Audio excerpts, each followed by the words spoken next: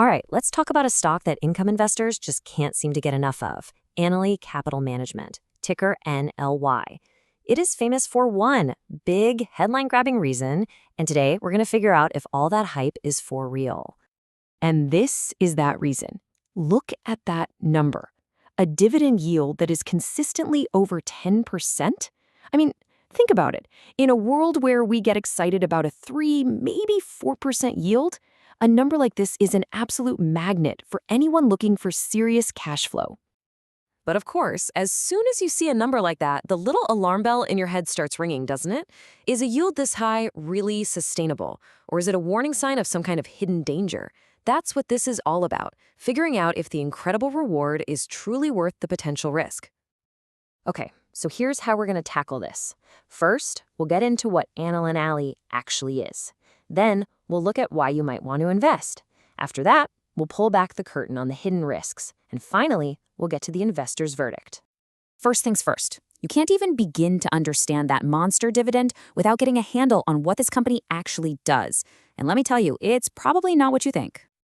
So, NLY is what's called Mortgage REIT, or an mREIT for short.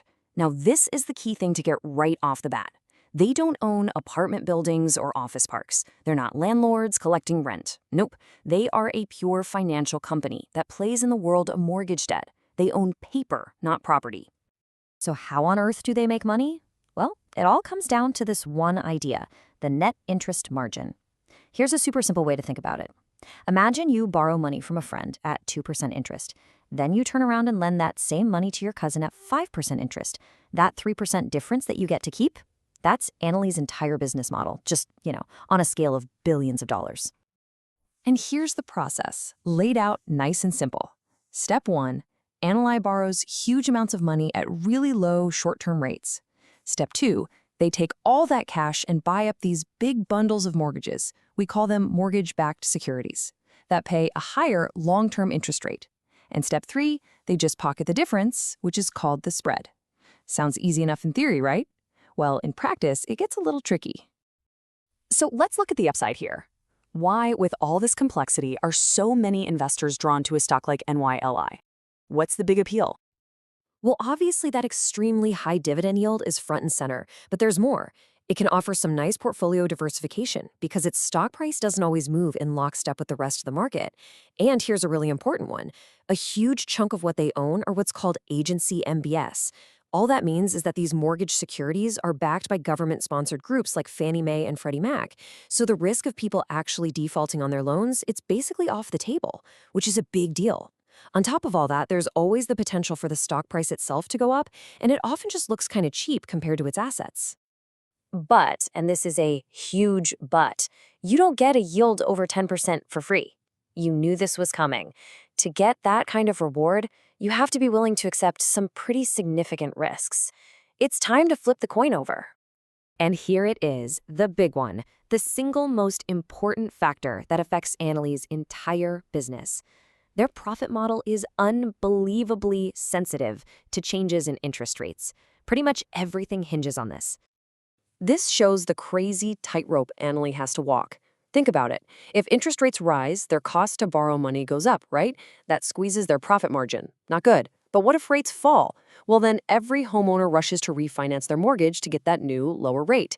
This is called prepayment risk. It forces NLY to take its cash back way earlier than planned and then reinvest it at the new, much less profitable yields. You see the problem? They can get pinched whether rates go up or down. So you might be asking yourself, if their profit margin is so thin and fragile, how in the world do they pay out such a gigantic dividend? Well, the answer is one word: leverage. They use a ton of borrowed money to amplify everything they do.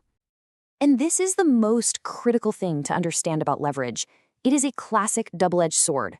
When things are going well, it's like throwing gasoline on a fire. It turbocharges profits. But when things go wrong, when interest rates move against them, it magnifies the losses just as powerfully. This is where the real danger is. And there's more.